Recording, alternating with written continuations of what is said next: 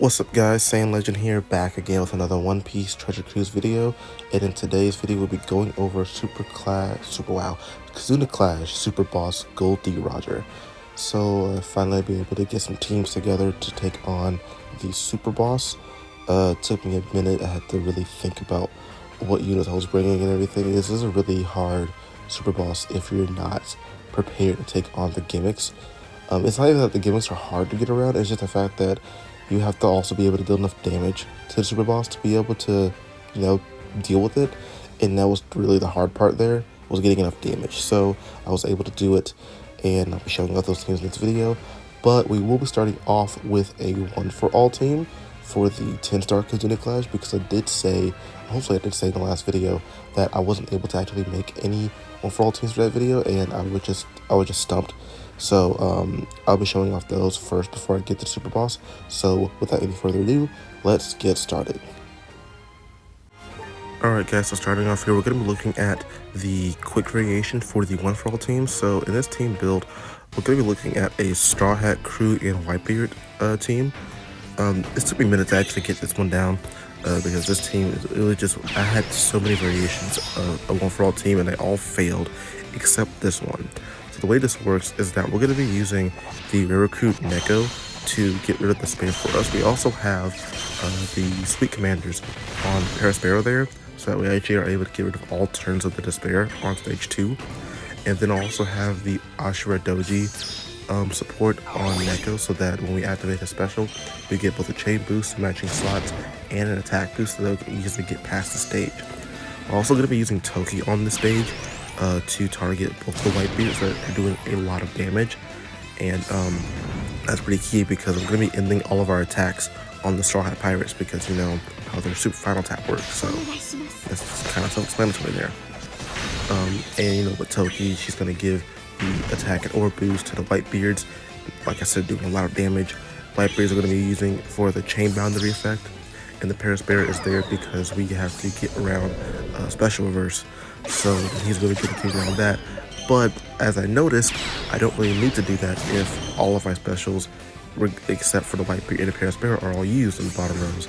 So I really don't need the special reverse, but he does give a color infinity boost, and under Straw Hats is a rainbow color infinity boost.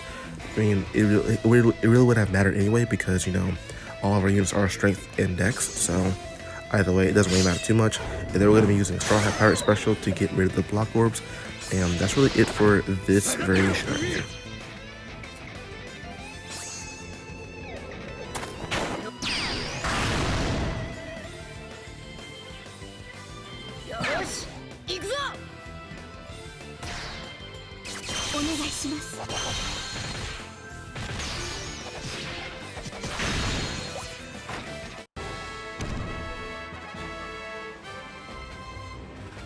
Alright, so for the Dex variation, we're going to be, looking at the same kind of team build.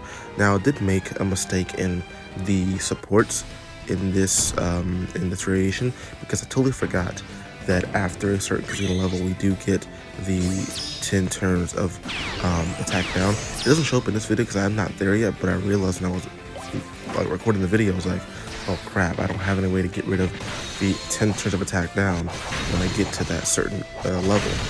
But I also, at the same time, realized, oh wait, I can just use the support Jozu on the Whitebeard and just replace the, Barto on the Straw Hat crew with the limited rare recruit Tashigi, and both of those supports will actually get rid of attack down on the 3rd stage for 4 turns, and I can use other Whitebeard special to get rid of the other 6 turns of attack down. So that all worked out in my head, really. So we're going to be using, same units here. Neko on stage 2 to get the attack boost, chain boost, smacking slots to use Toki to target the Whitebeards, and all that jazz there. So this team is kind of really self-explanatory. It's really the same team throughout.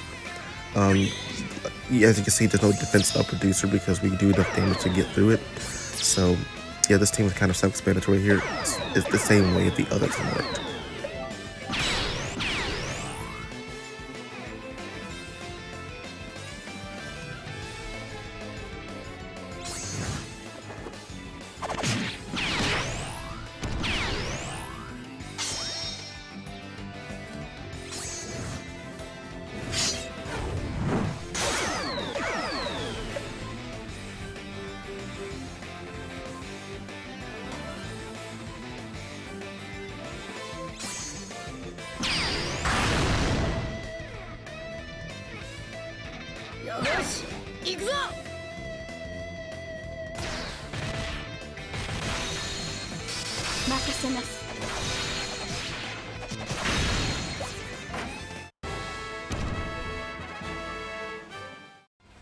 And for the last variation, this team actually works a little bit different in this build here, in this variation anyway.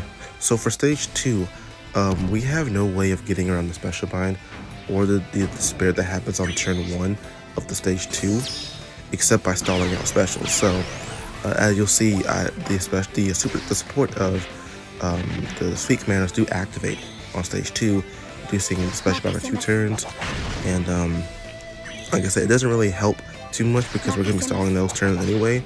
So the way it works is that we're going to be, when we get to stage 2, we're just going to wait until he inflicts the spirit on us, and the turn after that we're going to use our specials. And then we're going to use Neko to get chain boost, orbs, and attack boost from the support. Then use Toki for the KIZUNA rare recruits, and then it just becomes the same team over again. So like I said, these teams are pretty easy to use. I mean, obviously you have to have the units, but in terms of like actually using this team, they pretty much work all the same here. So after this clip, we're gonna be moving on to the super boss. So I'll see you guys when we get there.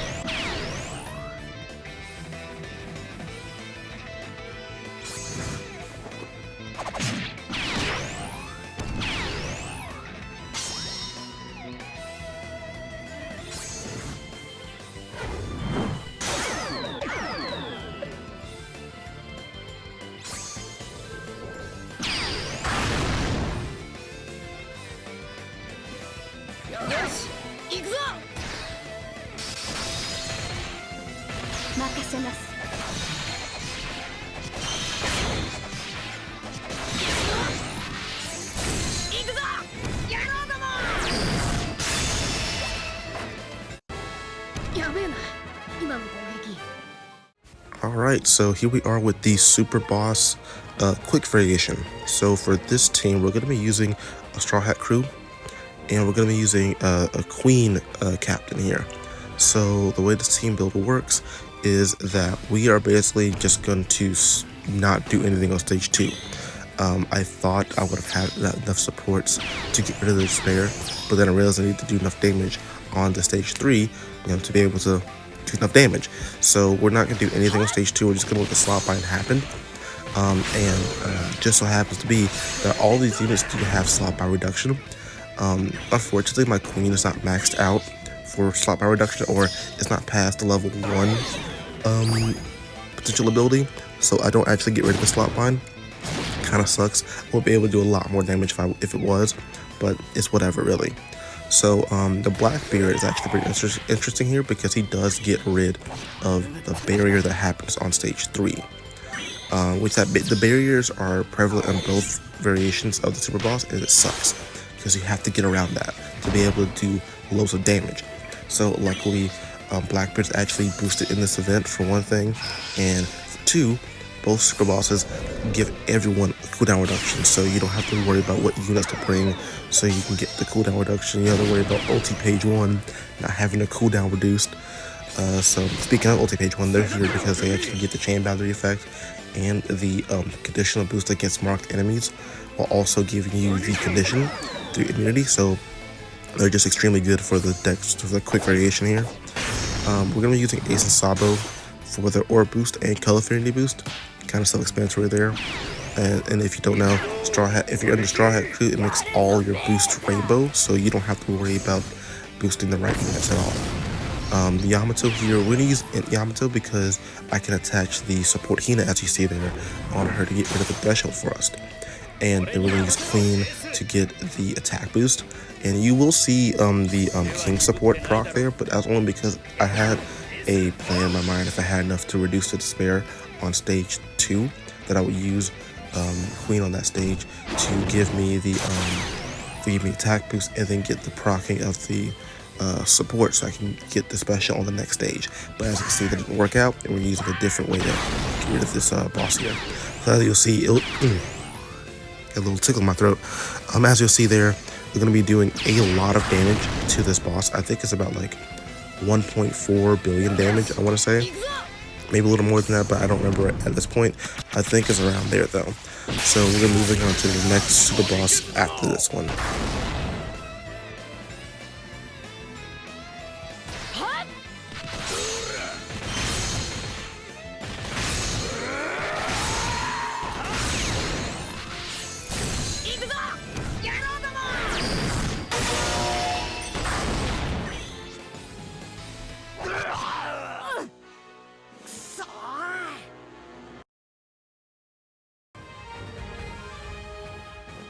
Alright, so the next team we're going to be looking at is the DEX variation. So this is actually pretty interesting here because I have two teams for this, and they both use Kid as the captain, but the way they're built is kind of different. So for this build, we're using the Yamato Ace build. The next one's going to be the Hybrid Kaido build. So for this build right here, like I said, we're going to be dealing with the barrier again, so we got to use Garp here. And Garp is like really good for the KIZUNA Clash here. It's really good. If you don't have him, then I don't know what to say. He's really good for this. For stage 2 though, pretty interesting here is that we don't have to get rid of any gimmicks on stage 2 because he doesn't do anything until turn 1 happens. So it's kind of weird that that's not how that works. But after turn 1, he does try to bind your crew. But if we're using Yamato Ace, bind is not an issue here. You also get binded on this stage 2 for 1 turn for any like 3 random units, so that kind of sucks if you don't have a way to get rid of the bind there. What also is going to happen is that he's going to give the crew attack down for 2 turns, and as you'll see there, we're going to be using the Coby support to get rid of that for us. If you didn't have that, you could use Jozu on that stage with the Whitebeard there. You can use Jozu there, and he will get rid of the attack down for you, so that kind of works out for there. We also have the Queen here. This is the rare recruit Queen that came from the new batch. He's only here because he gives a base attack boost. Also, if you attack with him with a Wano slot, he actually does lower the resistance of striker characters, which basically all these characters are on the enemy, and that's basically having us do a lot more damage here. Yamato Ace, if you don't know already, they're really good for switchability. They give it chain boundary, they give the condition of burn through immunity, and their attack, they have an attack boost for special, and they give the conditional boost. It's just really good for this KIZUNA clear.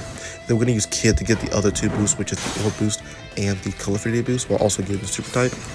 And so this amount of damage, I want to say it does around another 1.4, I want to say 1.4, 1.5 million. Really good damage here. So the next clip, we're going to be showing the other team I built for this super boss here.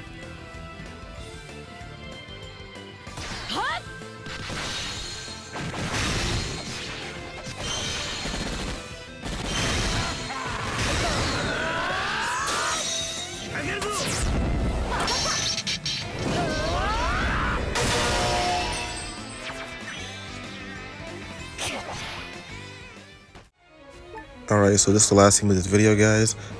This is the Kaido side of the Kid team. So on stage 2, we're going to be using the super type ability, super class ability of the Kaido here so that we can get Wano slots on stage 2. And then we're going to use the Neko to give us the chain boost so that we can actually get around stage 2. So we can actually like not have to deal with the bind at all, because we have no way of getting around the bind on this in this team right here, unlike the Yamato Ace team. It's a little bit easier to use, but it actually does weaker damage than what this team does. So like I said, on stage 2, we're going to use super class and the special of Neko. and that should give us enough damage to deal with that stage there. Now on stage 3, what's going to happen is that we're going to be using Garp again. As you can see there, we're going to use Garp again to get rid of the barrier for us, and then we're going to be using the Queen again for the base attack boost. Now we're using ulti page 1 here to give us the chain boundary and the the conditional boost for marked enemies, which is really good. It's actually a higher conditional boost than what Kaido gives when he does the increased damage taking thing, whatever. And then we're going to use the Kaido and Kid special to get all of our attack, orb, and kill affinity boosts. And we're also going to be using the super type of Kid to give us the strength slots, which does turn into Wano slots when you activate Kaido special. I'm pretty sure we have the support of Akainu on the Kid, so that we can actually give ulti page 1 the Wano slot. So this team build is actually pretty solid here, and I want to say, if I remember correctly, the number that they do for damage is like basically close to 2 billion. It's really good damage because you also have the sailor abilities of the Queen, which does give resistance, reduce resistance against striker characters, and you also have the Kaido, which does the he inflicts the increased damage taken to the enemy when you attack him, when you attack the enemy with a Wano slot. It's just a lot of damage that this team can output. So I really hope you guys enjoyed today's video, and if you did, please leave a like, comment down below, and subscribe. It really helps the channel out, and I will see you guys in the next video.